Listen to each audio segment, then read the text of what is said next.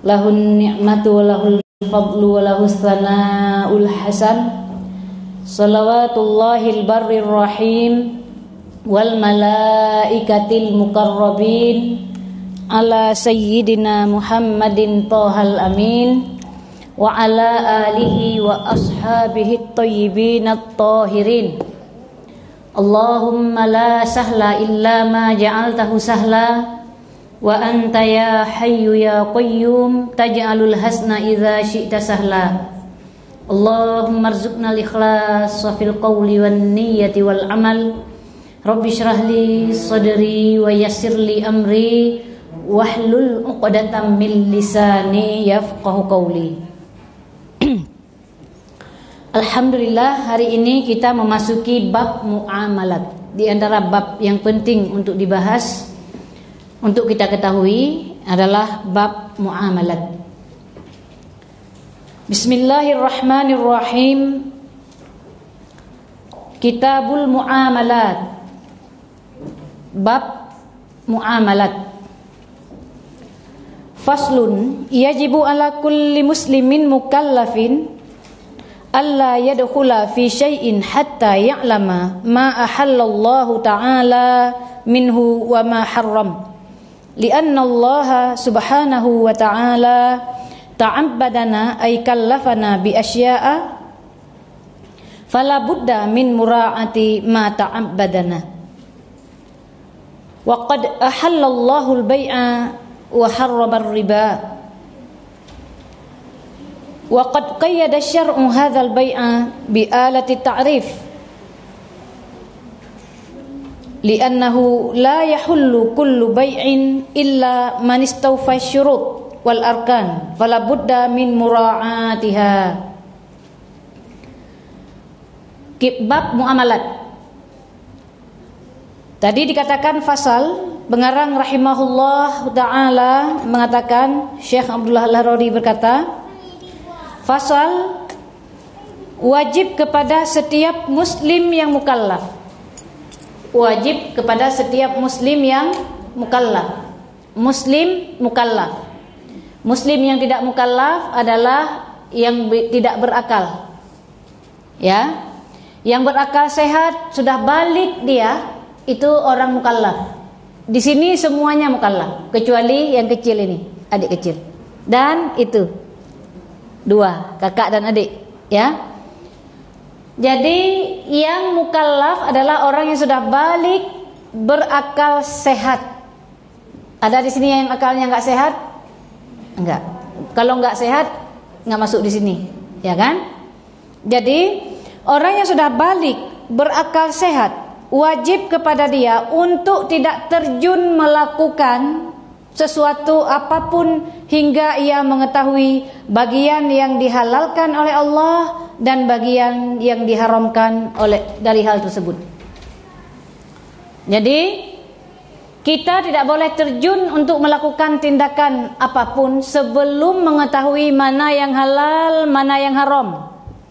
Karena kita mukallaf. Karena kita ada beban hukum di atas kita. Karena kita balik, berakal sehat, maka ada beban hukum yang harus kita lalui. Maka dari itu tidak boleh terjun sebelum mengetahui mana bagian yang dihalalkan oleh Allah dan mana bagian yang diharamkan oleh Allah. Karena jika tidak demikian, dia terjatuh ke dalam yang diharamkan oleh Allah karena tidak berilmu, tidak dimaafkan.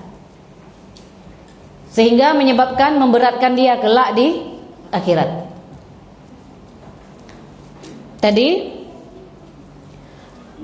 lianna Allah subhanahu wa ta'ala ta'abbadana ay kallafana bi asya'.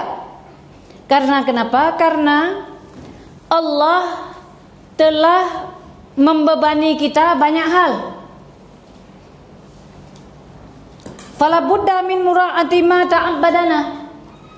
Tidak boleh tidak, wajib bagi kita untuk mengetahui apa yang telah Allah bebani atas kita. Wajib hukumnya. Wa qad ahallallahu al-bai'a wa harrama ar-riba. Allah telah menghalalkan jual beli dan mengharamkan ribawi.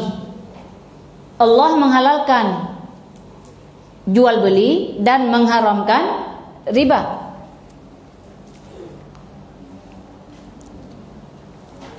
Waqad qayyada syar'u hadzal bai' bi alati ta'rif. Dalam dikatakan tadi Allah telah menghalalkan jual beli dan mengharamkan riba, Allah telah membatasi jual beli yang dibolehkan dengan alat ta'rif, alif dan lam. Jadi alif lam itu alat ta'rif, ma'rifah tertentu. Alif lam. Wa ahallallahul bai'a, ada alif lam, ada alif dan lam. Artinya apa? Al bai' ada jual beli tertentu yang halal, ada yang tidak halal. Makanya perlu diketahui, karena kita dibebani dengan yang halal, dibebani untuk melakukan yang melaksanakan hukum sesuai dengan syariat. Kita harus tahu mana yang halal, harus tahu mana yang haram. Itu karena tadi al-bai' jual beli tertentu yang halal, ada yang halal, ada yang tidak halal. Jadi bunyinya wa ahallallahu al-bai'a wa harrama riba li'annahu la yahillu kullu bai'in illa man istawfa syurut wal arkan. Karena tidak semua jual beli itu sah. Tidak semua jual beli itu halal. Tidak semua jual beli itu halal, kecuali jual beli yang sudah memenuhi syarat dan rukunnya. Jual beli yang telah memenuhi syarat dan rukunnya, maka oleh karena itu fala budda min mura'atiha. Maka dari itu kita wajib untuk menjaganya. Wajib kita untuk memperhatikan syarat dan rukun dari jual beli tersebut. Wajib dengan mempelajarinya. Fa'ala man arada al-bai'a wasyira ay yata'allama dzalika. Maka barang siapa yang ingin melakukan jual beli, kayaknya dalam kehidupan kita tidak sepi kita dari jual dan beli. Iya kan? Penjual, pembeli, selalu ada terjadi transaksi jual beli di mana-mana jual beli. Makanya wajib kita untuk belajar tentang bagi orang yang ingin terjun melakukan jual beli, belajar dulu, gitu maksudnya. Wa illa akala riba sya'a am abah. Karena jika tidak dipelajarinya, jika dia tidak mempelajari ilmu tentang itu, maka dia terjatuh ke dalam riba, baik sengaja atau tidak sengaja. Sengaja karena tidak belajar ilmu tadi, atau tidak sengaja juga karena tidak belajar. Yang sengaja memang orang yang menyepelekan agama, jenis-jenis ekstrim kiri misalkan. Yang tidak sengaja ekstrim kanan. Menurut dia itu sudah oke, kantin kejujuran misalkan. Tidak ada penjual, enggak cukup syarat, enggak cukup rukun jual beli. Misalkan, menurut kita sudah cukup, udah hebat itu, ya kan? Mendidik orang untuk jujur katanya misalkan. Tapi tidak ada penjualnya. Sementara jual beli itu harus ada penjual, pembeli, ada barang harga, gitu ya, ada angkat, ada suka sama suka, sirah, saya beli, gitu kan, itu. Kemudian waqad qala Rasulullah sallallahu alaihi wasallam, Rasulullah sallallahu alaihi wasallam bersabda, At-tajurus saduqu yuhsyaru yaumal qiyamati ma'an nabiyyina wasiddiqina wasyuhada. Ya. At-tajurus saduqu yuhsyaru yaumal qiyamah. Di sini disampaikan bahwa orang pedagang yang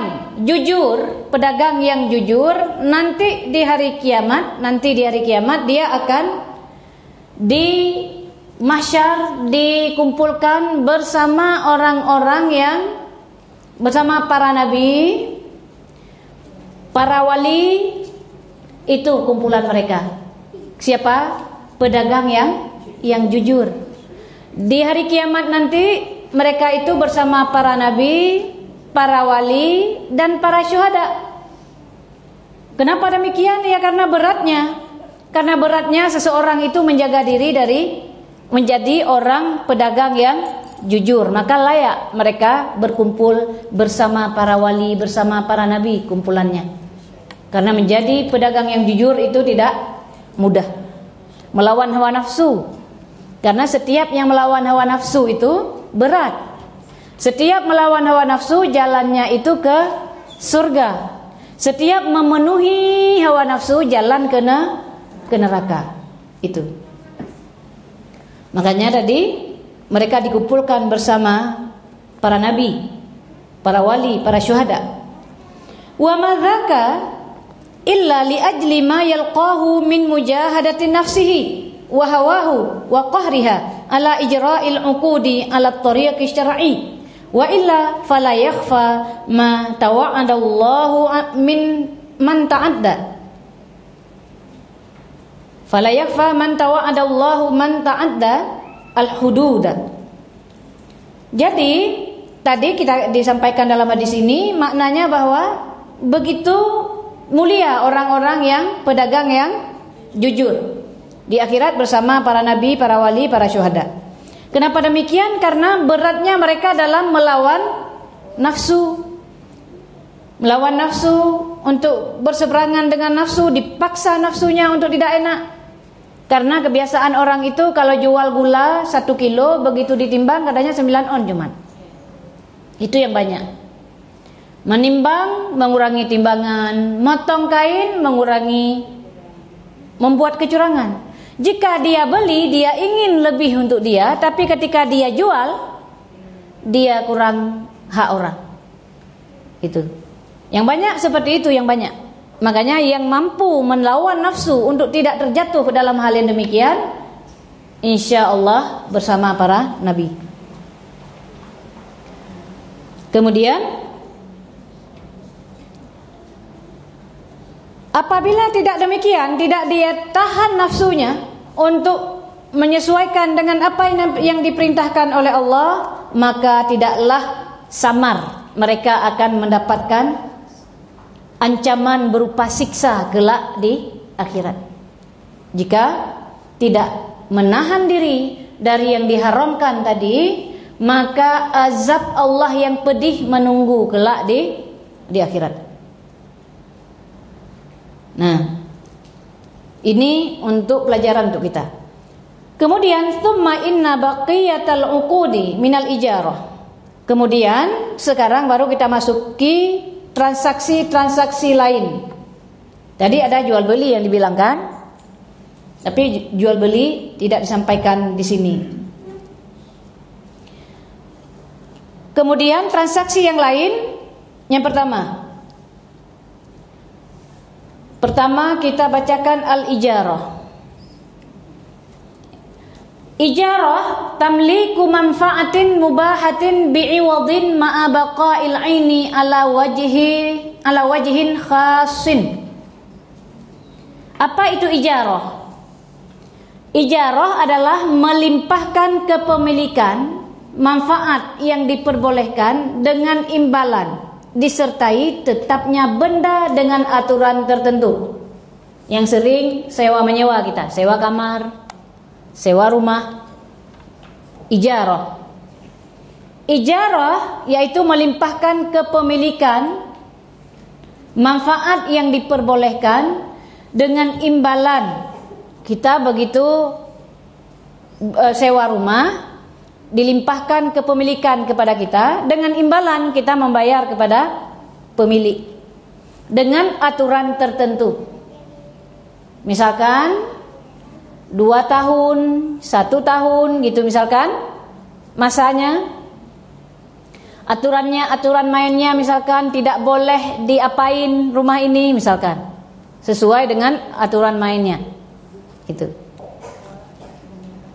Kemudian berikutnya setelah ijarah, qirad. Apa itu qirad? Tafwidhu syakhsi wa idnuhu li syakhsin ay ya'mala fi malihi fi naw'in aw anwa'in min at-tijarati ala ay yakuna ar-rabhu mushtarikan. Kemudian qirad adalah penyerahan seseorang dan perizinannya kepada orang lain untuk memutar hartanya dalam satu atau beberapa macam perdagangan dengan ketentuan keuntungan dibagi antara mereka. Ini namanya qirad. Penyerahan seseorang dan perizinannya kepada orang lain untuk memutar hartanya dalam satu atau beberapa macam perdagangan dengan ketentuan keuntungannya dibagi antara mereka. Itu namanya qirad. Selanjutnya rahan, gadai bahasa kita. Ja'lu ainin maliyatin wathiqatan bidainin yustawfa minhad dainu inda ta'adzuril wafa. Menjadikan benda yang bernilai harta sebagai jaminan sebuah hutang, di mana hutang akan dilunasi darinya ketika tidak mampu melunasi. Jadi pergadaian dalam Islam, ada benda yang bernilai harta, emas misalkan ya, minta utang, bukan pinjam, minta hutang uang misalkan pada orang dengan jaminan emas, emas ini oleh yang pemberi hutang tidak diambil manfaatnya, tidak, cuman sebagai jaminan. Hanya saja ini jaminan jika ternyata orang ini nggak mampu lagi membayar hutang, dijual jaminan ini, emas ini, diambil jumlah hutang tadi, selebihnya dikembalikan. Dan tidak ada per bulan akan ada biaya tambahan. Nggak ada biaya tambahan. Bunga ya, bahasa saya. Hutang sudah dikasih benda harta ke dia, ada lagi bunga tiap bulan, kan begitu yang berlaku, ya kan? Enggak gitu yang dimaksud dalam qirad dalam agama. Rahan, mohon maaf. Rahan.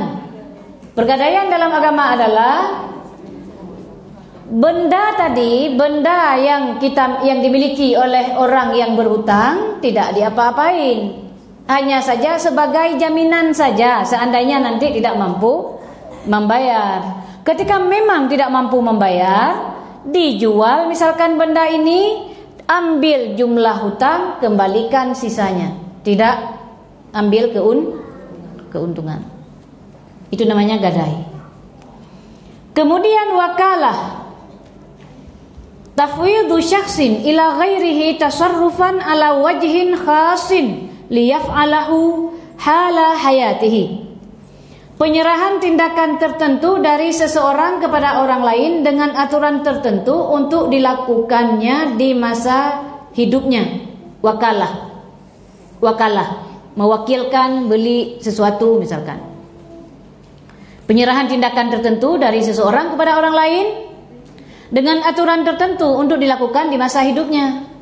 Misalkan diwakalahkan, tolong belikan untuk saya rumah, atau tolong belikan untuk saya sepeda motor, saya nggak sempat, diwakalahkan kepada orang lain. Jadi penyerahan tindakan tertentu dari seseorang kepada orang lain dengan aturan tertentu untuk dilakukan di masa hidupnya, gitu.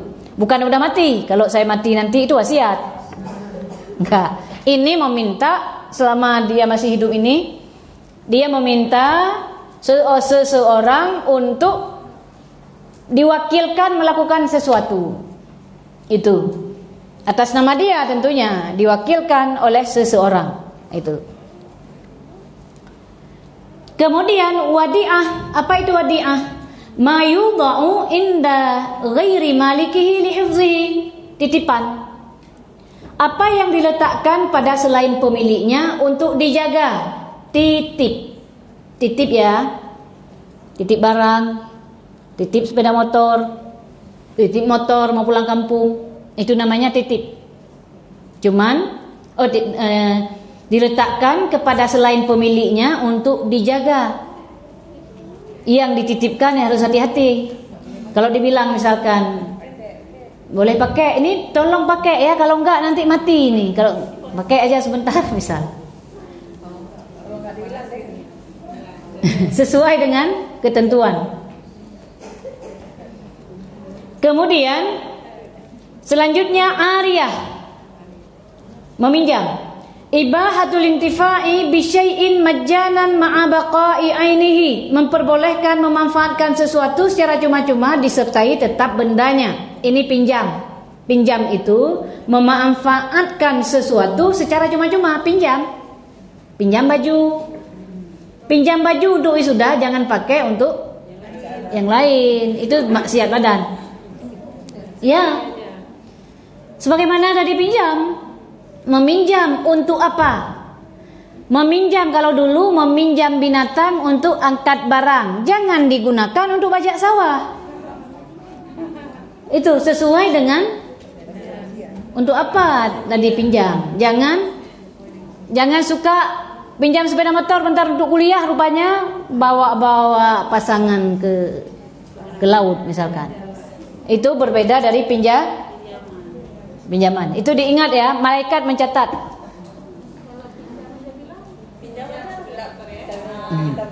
Pinjam. Itu nanti ya. Pertanyaan nanti. Itu ya.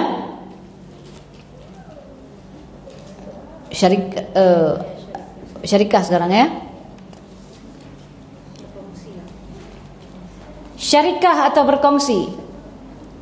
Aqdun yatadammanu thubutal haqqi fi syai'in lisnaini fa aktsara ala jihati syuyu'.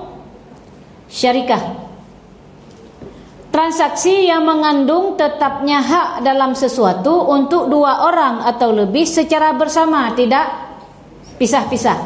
Tapi saya nggak berani bilang koperasi nih ya, nggak berani, belum tahu.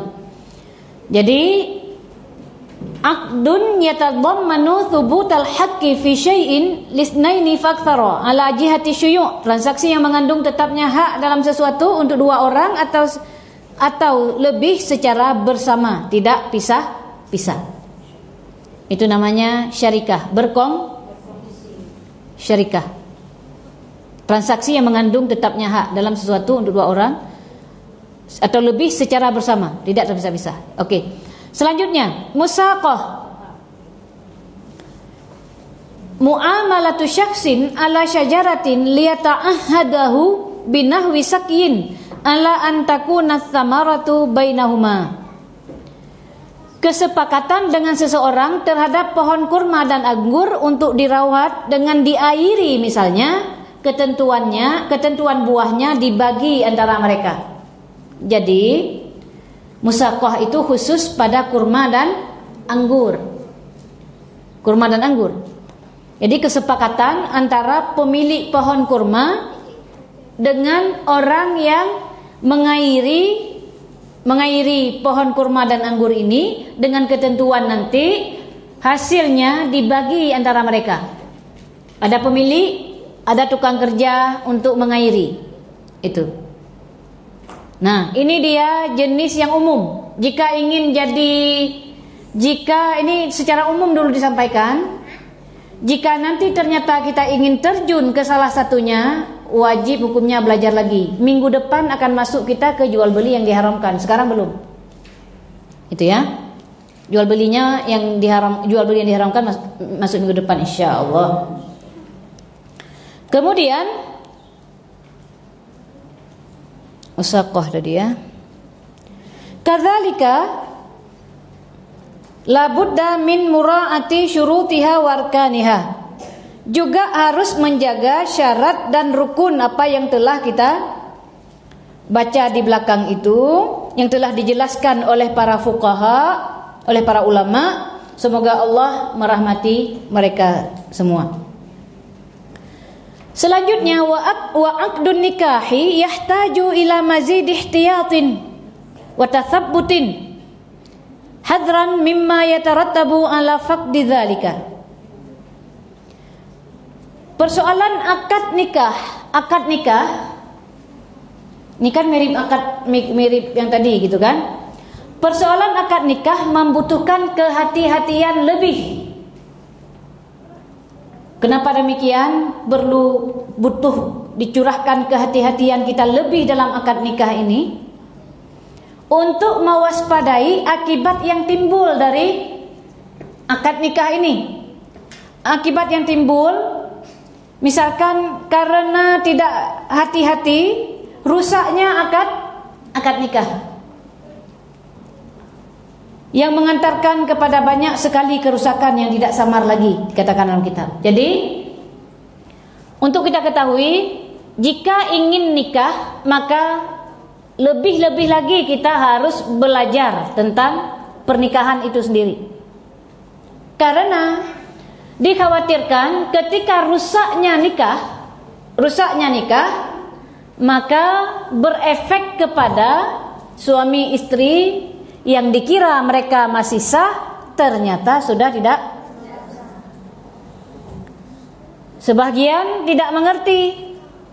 Banyak orang yang tidak tahu tentang pernikahan ini, apalagi akad nikah, misalkan ada rukun-rukun nikah misalkan.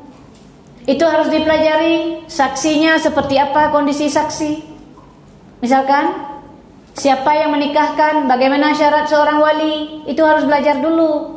Jangan nanti sudah nikah tapi nikahnya tidak sah. Ternyata calonnya itu murtad, sah? Nggak sah. Calon murtad nggak sah. Kafir asli nggak sah juga. Cari calon yang bagus. Perempuan. Ini perempuan semua masalahnya. Kalau enggak, tunda aja sebentar daripada berandalan misalkan. Nanti capek. Dan pernikahan ini butuh kehati-hatian lebih. Laki-laki banyak enggak belajar hari ini. Sehingga banyak kadang-kadang sudah menjatuhkan talak kepada istrinya. Dia kira masih istrinya yang sah. Bahkan ada yang talak 3 sudah. Ada yang sudah talak 3, dia masih merasa marah ketika orang menyampaikan. Coba bayangin, hidup bersama padahal sudah bukan suami istri. Banyak. Lahir anak, bagaimana hukum anak itu? Ada lagi, makanya harus benar-benar tahu. Misalkan wali si perempuan itu siapa?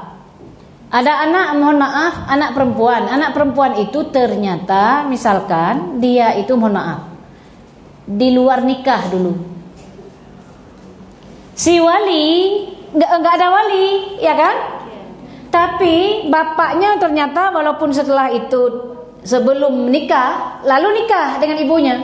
Ada yang terjadi, si bapak ini menikahkan anak yang di luar nikah itu dengan dalih malu pada besan.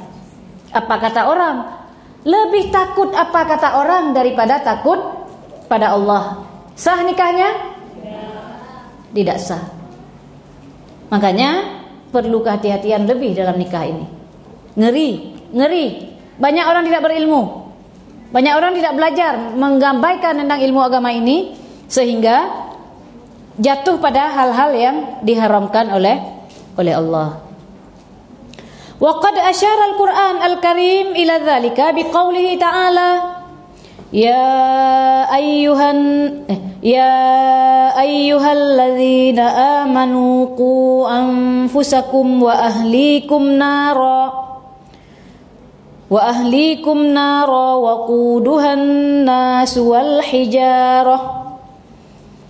Dalam ayat Allah telah berfirman, Ya ayyuhalladzina amanu qu anfusakum wa ahlikum naraw wa quduhan nasu wal hijarah. Wahai orang-orang yang beriman, jaga diri dan keluarga kalian dari api neraka. Jaga diri dan keluarga kalian dari api neraka yang bahan bakarnya itu adalah manusia dan bebatuan untuk menambah panasnya api neraka. Batu-batu yang berupa ditambah nanti bulan, bintang, manusia menjadi bahan bakunya agar lebih panas. Allah memerintahkan kita untuk menjaga diri dan keluarga dari api neraka yang bahan bakarnya itu adalah manusia dan bebatuan. Itu. Kemudian Sayyidina Ali dalam hal ini berkata, "Allimu anfusakum wa ahlikum khaira." Dalam makna ayat ini, bagaimana menjaga diri dan keluarga dari api neraka adalah dengan mengajari, dengan kita belajar untuk diri kita, kita ajari keluarga kita ilmu agama, kebaikan. Itu kata Sayyidina Ali. Kemudian waqala Atha radhiyallahu an, Atha ibnu Rabah, seorang tabi'in, beliau berkata radhiyallahu an tata'allam kaifa tusalli, hendaknya kalian belajar bagaimana tata cara salat, wa kaifa tasum, bagaimana cara berpuasa, wa kaifa tabi', bagaimana cara jual beli, wa kaifa tashtari, bagaimana wa kaifa tabi', bagaimana menjual, wa kaifa tashtari, bagaimana membeli, wa kaifa tankih, bagaimana cara menikah, wa kaifa tutalliq, dan bagaimana cara menalak yang benar menurut syariat. Ada jenis-jenis talak, ada bid'i, ya kan? Ada lawala misalkan. Ada sunni, ada bid'i, ada sunni, ada lawala misalkan. Itu dipelajari supaya tidak terjatuh seseorang ke dalam maksiat kepada Allah, gitu. Jadi perintah agama, kita harus mengetahui ilmu sebelum kita bertindak. Dalam urusan dunia biasanya kita berupaya untuk memenuhi keperluan dunia kita. Ikut pelatihan, sekolah, pokoknya kita tingkatkan kemampuan kita dalam hal dunia. Takut kita menjadi gak paham tentang sesuatu. Tapi persoalan akhirat lebih-lebih lagi harus kita pedulikan. Karena ada yang Allah halalkan, ada yang diharamkan. Kalau nggak belajar, apakah bisa kita pikir-pikir sendiri mana yang halal, mana yang haram? Apakah bisa kita baca-baca sendiri? Enggak. Ilmu diperoleh dengan cara belajar dari para ulama. Innamal ilmu bitta'allum, sabda Rasulullah. Ilmu itu diperoleh dengan cara belajar pada ahlinya, pada ulama. Innamal fiqhu bittafaqquh, pemahaman agama diperoleh dengan cara belajar. Faman yuridillahu bihi khairan yufaqihu fid din. Barang siapa yang Allah kehendaki kebaikan pada dia, maka dia diberi paham dalam ilmu agama, diberi jalan untuk bisa memahami ilmu agama. Itu orang yang Allah kehendaki kebaikan pada dia. Namun jika Allah tidak menghendaki kebaikan pada seseorang, maka dia tidak belajar, dia abaikan agama ini. Padahal kalau dia tahu akhirat, bagaimana api neraka 1000 tahun dibakar menjadi warna merah, dibakar lagi 1000 tahun menjadi warna putih, dibakar lagi 1000 tahun menjadi warna hitam legam. Jadi neraka itu bau busuk hitam. Ada tutupnya lagi untuk nambah panas. Kalau oven ditutup kan untuk nambah panas. Neraka ada tutupnya lagi. Coba. Tapi sebagian orang tidak merasa hatinya terpanggil ketika mendengarkan ilmu agama. Padahal Atha ibnu Rabah tadi berkata, hendaknya kalian belajar dulu. Bagaimana sholat? Apakah sudah benar sholat kita? Sholat itu wajib, belajar hukum tentang sholat menjadi wajib. Udah benarkah wudhu kita? Udah benarkah cara bersuci kita? Sudah benarkah istinja? Sudah tahukah mana air yang suci lagi mensucikan? Ini adalah kewajiban kita. Jika ini tidak kita pelajari, maka di akhirat kelak bertanggung jawab. Dan majelis yang paling bagus adalah majelis yang di dalamnya menyebut tentang halal dan haram. Majelis zikir yang bagus adalah, yang nilainya tinggi adalah majelis yang di dalamnya menjelaskan mana itu yang halal, mana itu yang haram. Jadi majelis zikir bukan hanya zikir-zikir tanpa ilmu. Zikir mengingat Allah, mengingat takut kepada Allah, ada yang haram kita tinggalkan, itu baru namanya takut kepada Allah. Kalau tidak belajar, mana tahu orang bahwa ternyata yang namanya riba itu ada beberapa macam. Siapa tahu apa itu riba nasa misalkan. Apa itu ribayat? Apa itu riba tafadul? Apa itu riba karob? Tahu kita? Tidak tahu kalau kita nggak belajar.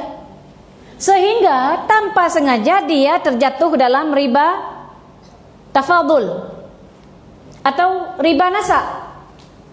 Jatuh. Beli emas. Atau riba tafadul boleh jadi. Beli emas dengan emas. Emas saya 2 gram. Emas, tukang emas 1 gram setengah. Beda kan ukurannya? Jatuh riba. Atau penundaan penyerahan. Ada orang beli emas, dibilang saya beli emas dengan emas misalkan. Emas saya 2 gram, emas tadi misalkan sudah terjadi riba nasa, kemudian nggak diserahkan lagi dalam tempo, ditunda penyerahannya karena model yang bagus adanya nanti sore aja diambil tanpa disengaja. Makanya tadi dikatakan bisa terjatuh ke dalam riba, baik disengaja atau tidak disengaja. Karena kenapa? Ya nggak tahu riba itu apa. Dikira riba hanya ketika ketika utang piutang saja. Bahkan dalam utang piutang pun banyak riba karab namanya, yang diambil manfaat oleh yang memberi hutang itu. Pelakunya kena, yang mencatat kena, yang berhutang kena, yang memberi hutang kena, saksinya kena dosa semua maksudnya. Itu walaupun kepepet. Tapi kalau nggak berilmu orang, dia akan merasa mengabaikan. Si gagal sesekali katanya. Sekali numpuk dosa. Ketika mati baru kaget kita. Ternyata telah banyak dosa yang dilakukan. Semoga Allah menjaga kita dari hal-hal yang demikian. Baik, sudah selesai tentang muamalat hari ini. Besok kita minggu depan insya Allah, jangan lupa hadir lagi, akan kita kenali mana itu riba. Akan kita kenali mana itu jual beli yang diharamkan. Belajar untuk apa? Untuk diamalkan. Jangan baru masuk sekali belajar langsung mendakwah.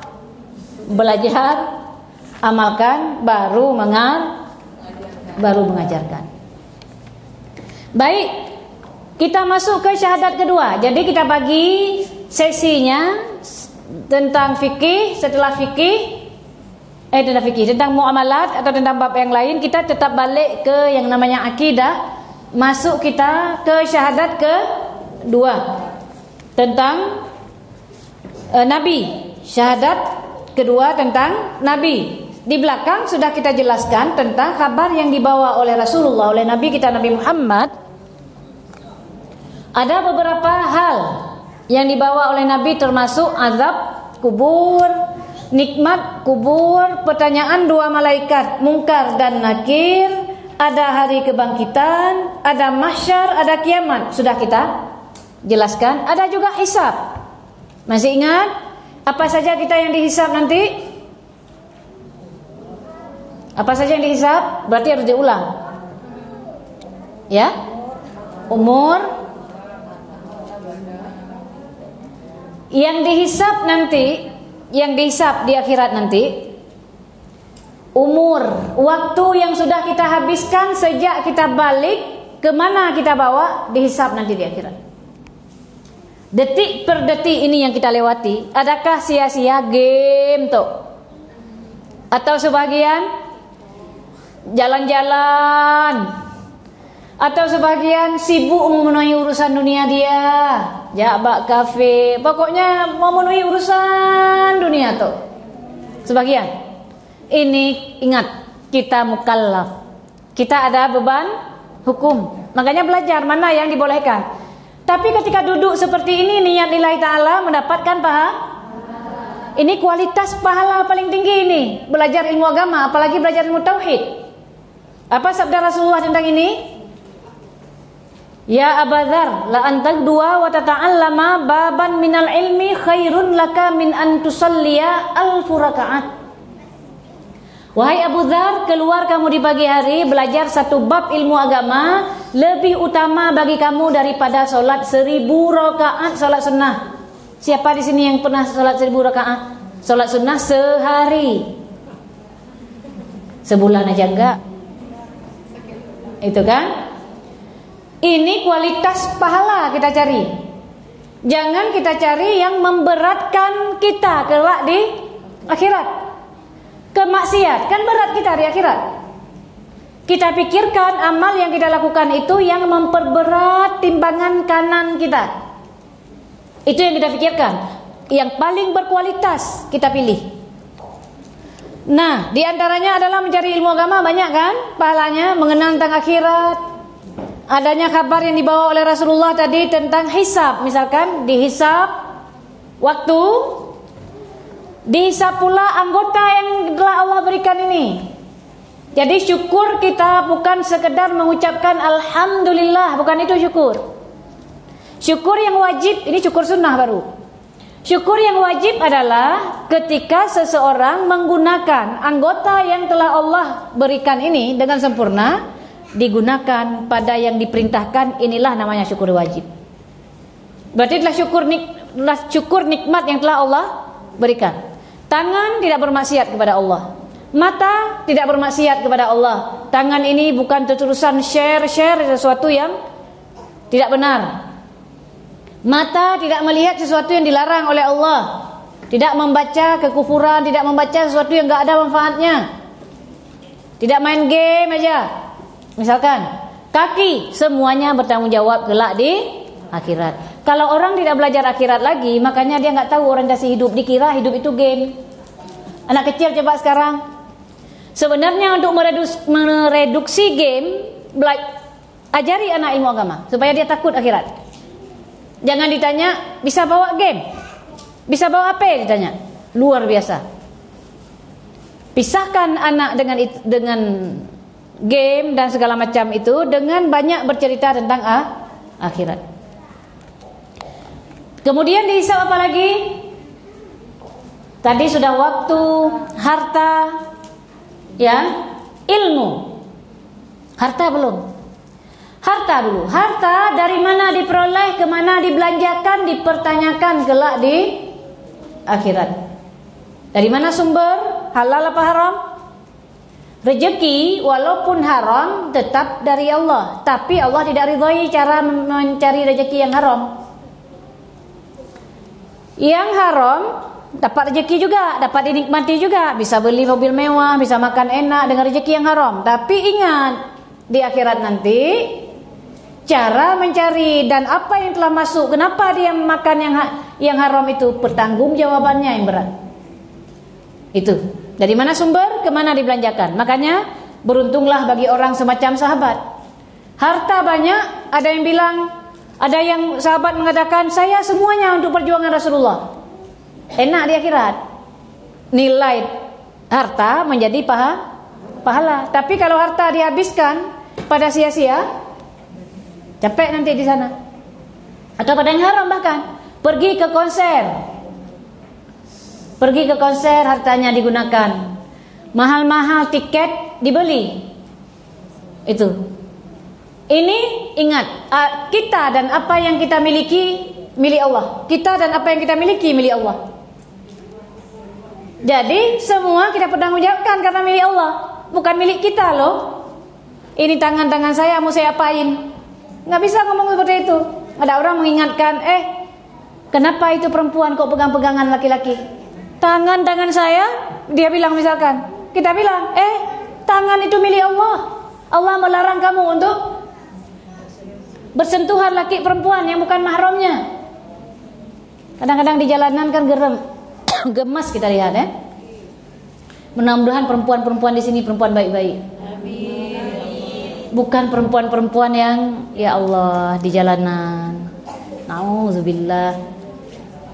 Ya. Jaga diri, jaga nama baik keluarga, jaga agama yang paling penting. Kalau jaga nama baik keluarga di belakang ibu, di belakang ayah, kan nggak lihat yang penting. Gitu ya. Kan yang penting nggak lihat. Mau sembunyi dari Allah, di akhirat nanti akan ditampakkan kepada seluruh makhluk. Di yaumil hisab ditampakkan apa yang kita sembunyikan kepada seluruh makhluk. Gitu. Kemudian juga dipertanyakan ilmu. Udahkah kita cari ilmu? Kemana kita gunakan ilmu itu? Ada diajarkan apa enggak? Enggak nyari ilmu berat. Sudah nyari saja, lalu enggak diamalkan, enggak diajarkan aja menjadi pertanyaan. Bagaimana lagi kalau enggak cari ilmu? Merasa enak-enak, enggak mau belajar, suka-suka hati, mau bangun jam berapa, enggak mau diatur oleh agama. Ya, di dunia enggak mau diatur, di akhirat dia capek karena tidak mau diatur di dunia. Selanjutnya wathawab wal azab. Ada yang namanya pahala, ada yang namanya siksa. Kalau pahala tentu saja sesuatu yang menyenangkan. Kita nanti begitu dapat thawab, ternyata ngaji hari ini segini pahala. Misal ya, kalau tampak orang mungkin akan ngaji karena nggak tampak. Gitu kan? Ternyata gede pahalanya ya. Sayangnya baru ketahuan di akhirat. Pingin balik, nambah nggak bisa lagi. Yang lebih sedih lagi, sama sekali nggak pernah belajar, minta kembali, tidak bisa lagi.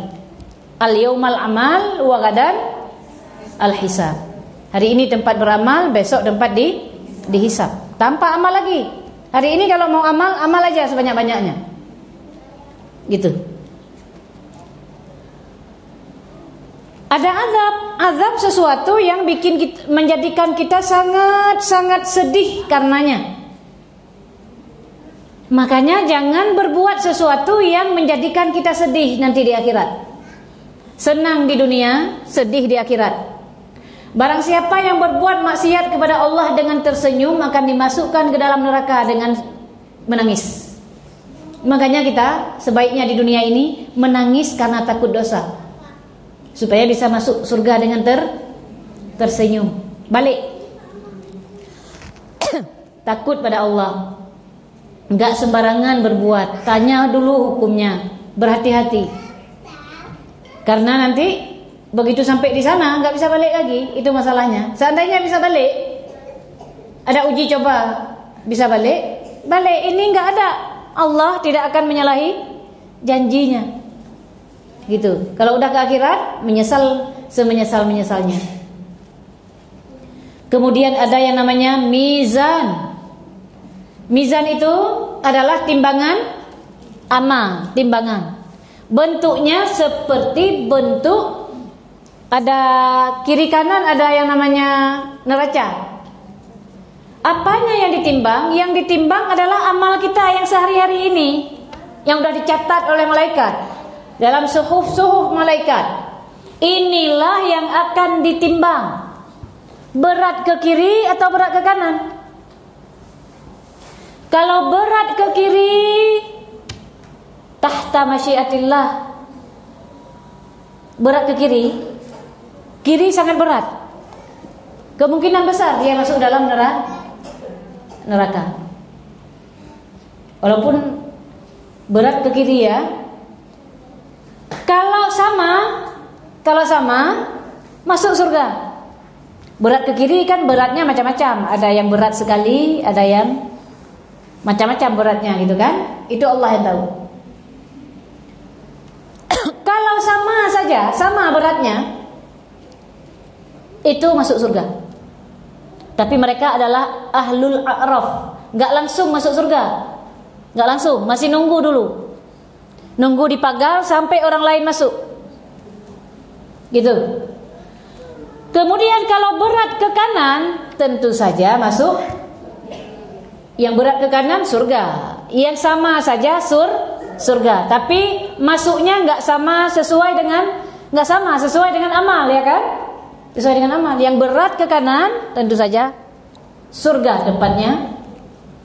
Yang sama surga tetap. Yang kiri ya jika Allah berkehendak diampuni. Jika tidak maka di dalam neraka. Kita nggak tahu nasib kita. Tidak ada seorang pun yang tahu bagaimana nasib kita ketika ditimbang kelak. Dan jangan terlalu pede bahwa kita sudah banyak amal. Baru sekali ngaji libur karena kenapa? Karena 1000 rakaat salat sunnah. Salatnya libur, ngajinya pun nggak lagi pede, udah banyak. Nggak tahu sehari-hari dosa udah berapa banyak. Udah habis. Jangan-jangan sudah dimakan oleh ada ghibah, ada namimah terjadi, dosa-dosa yang lain banyak. Jangan terlalu pede. Kalau besok kita mati gimana? Ingatlah kematian. Jangan mengira kita hidup seterusnya. Jangan kita menyangka ketika kita melihat mayat itu seolah-olah kita gilirannya masih lama. Tulul amal.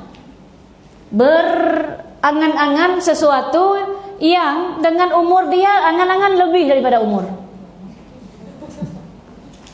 Banyak angan-angannya. Jauh angan-angan ke depan. Umurnya gak nyampe ke situ. Itu. Jadi ya kita itu berharap-harap cemas lah. Berharap-harap cemas. Ya Allah, apakah sudah diterima salat saya? Makanya perlu belajar supaya kita bisa mengukur ini sah atau tidak. Kita belajar. Wuduk saya sudah sah apa belum? Ya Allah, saya cuman orang gimana? Udah banyak amalnya, saya masih begini. Harap-harap cemas, ingin nambah terus. Daripada merasa pede udah banyak. Begitu ruh dicabut, baru kaget. Ternyata amalnya sangat sedikit. Rugi dunia, rugi akhirat. Jangan terlalu pede. Jadi harap-harap cemas. Itu ya. Lalu tadi ada yang namanya hisab ya, ada yang namanya mizan. Kemudian baru wanar, ada yang namanya neraka. Bagaimana neraka? Neraka itu atau jahanam, kan sudah kita sampaikan tadi, adalah tempat yang dipersiapkan oleh Allah untuk mengazab orang-orang kafir dan sebahagian pelaku dosa dari orang muslimin. Neraka itu sudah ada sekarang dan tetap akan ada sampai tidak ada penghabisan. Jangan dikira akan punah neraka itu. Neraka sekarang sudah ada, tapi belum ada penghuni dan akan kekal selama-lamanya. Tadi kita sampaikan 1000 tahun dibakar, apinya menjadi warna merah, 1000 tahun lagi menjadi warna putih, 1000 tahun lagi menjadi warna hitam. 1000 tahun akhirat, jangan kira 1000 tahun dunia. Udah dibakar. Itu tempat penyiksaan. Tubuh penduduk neraka, kira-kira aja tubuh penduduk neraka gusinya segede Gunung Uhud. Gusi ini, rahang gusi ini kan segede Gunung Uhud. Bagaimana badannya? Bagaimana? Bukan berarti gusinya yang gede, badannya yang kecil. Gusinya besar menyesuaikan. Artinya penduduk neraka badannya gede, tubuhnya itu besar. Jempol ini berbuat share itu menjadi gede segunung Uhud juga. Berarti kalau bandingan jempol aja segini kan. Ini luar biasa gede. Untuk apa itu besar? Untuk merasakan siksa Allah yang pedih, tidak berhenti sedetik pun. Dan Allah tidak menzalimi hambanya dengan menyiksa di dalam neraka.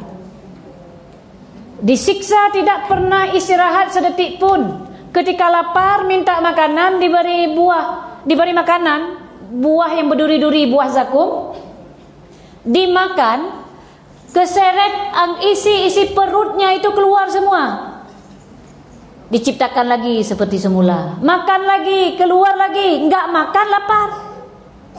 Kemudian begitu keluar isi perut kan meleleh itu jadi kayak nanah, jadi kayak darah. Haus itu yang dikasih minum. Dan malaikat penjaga neraka tidak kenal ampun. Tidak ada cerita berhenti sebentar, enggak tahan lagi, kasihanilah kami, tidak. Tempat penyiksaan. Siapa yang masuk neraka? Orang kafir tentu saja tidak keluar-keluar, kekal selama-lamanya di dalam neraka. Ada juga orang mukmin pelaku maksiat masuk neraka dulu, yang Allah tidak kehendaki untuk diampuni. Besar dosanya, masuk ke dalam neraka. Setelah itu baru kekal dalam surga orang mukmin. Tapi orang mukmin pelaku dosa tetap di dalam neraka dulu. Seandainya kita tahu neraka itu bagaimana, maka mungkin tidak ada yang masuk neraka. Takut patah punggung kita beribadah, takut kepada masuk neraka. Betapa sedih hati seseorang jika mendengar neraka itu sudah tidak ada lagi getaran ketakutan. Biasa itu, enggak takut. Tapi saya lihat wajah-wajah di sini kayak ketakutan dengan neraka. Alhamdulillah masih ada takut, betul. Kita memang orang-orang, ya orang awam seperti ini, takut neraka itu untuk mendorong kita untuk beribadah kepada Allah, meningkatkan ibadah. Ya Allah, gak sanggup kita. Panas saja, panas, terik, kita masih gak kuat. Bagaimana lagi dengan api neraka? Ambillah pelajaran selagi masih ada, selagi kita masih hidup, ambil pelajaran yang banyak-banyak. Fikirkan masa depan kita yang panjang itu, masa depan akhirat kita yang kita banyak berfikir. Jangan hanya memenuhi harapan masa depan menjadi pengusaha ini, pengusaha itu, kaya raya, naik mobil mewah. Bukan sekedar itu yang kita pikirkan, tapi sesuai enggak? Kalau kita memang mau jadi pengusaha, sesuai tidak dengan syariat? Karena kenapa? Jangan sampai memberatkan saya kelak di akhirat. Jika kita tahu ada surga, ada neraka, maka dunia ini kita jalani dengan gak ada rasa iri pada orang, menerima cobaan Allah, menerima sepenuh hati apa yang terjadi pada atas cobaan yang menimpa kita. Itu efek dari orang belajar tauhid biasanya. Orang belajar tauhid dengan benar, kenal Allah, tahu ada akhirat, maka berefek kepada bagusnya akhlak dia. Gak banyak ngeluh hidup ini. Lihatlah ke bawah kita, ada orang yang tidak ada kaki. Kita baru tidak bisa berjalan sehat. Ada orang yang sakit pakai oksigen. Ada orang nggak keluar air liur, habis obat berjuta-juta, habis uang berjuta-juta untuk beli obat, hanya air liur tidak bisa keluar. Itu ternyata luar biasa rahmat Allah, luar biasa karunia Allah pada tubuh kita, nggak kita syukuri. Sementara orang ada juga yang tertidur selama dia lahir, tertidur toh. Kita masih bisa berjalan. Lihatlah ke bawah dalam urusan dunia, lihat ke atas dalam urusan akhirat. Dalam urusan dunia lihat, ada orang di bawah kita, ada orang di bawah kita. Kita nggak bisa makan sehari, ada orang nggak bisa makan seminggu. Untuk ketenangan hati kita. Kalau urusan akhirat baru lihat ke atas. Si fulan punya duit banyak, dia gunakan untuk manfaat untuk agama. Dia sudah rajin, sholatnya banyak, puasanya banyak, uangnya juga untuk manfaat untuk agama, waktunya juga dihabiskan untuk itu. Saya gitu. Jadikan orang-orang yang baik cerminan kita. Makanya jangan cari teman yang mendorong kita untuk tidak baik. Yang mendorong kita untuk lalai, tinggalkan teman yang mendorong kita untuk lalai. Cari teman yang mendorong kita untuk kebaikan. Karena kita ini manusia luar biasa lalainya. Karena kita tahu diri lalai, maka cari orang yang bisa mengarahkan kita untuk kepada kebaikan. Demikian yang dapat kami sampaikan. Terima kasih banyak untuk hari ini. Mohon maaf atas segala kekurangan. Terima kasih juga yang telah bergabung di Facebook. Ada yang di sini, ada yang mau atau kita tahlil dulu. La ilaha illallah. Allahumma sholli ala sayyidina Muhammad wa ala alihi wa sahbihi wa sallim. Rabbi ighfirli wa liwalidayya walil mu'minina wal mu'minat.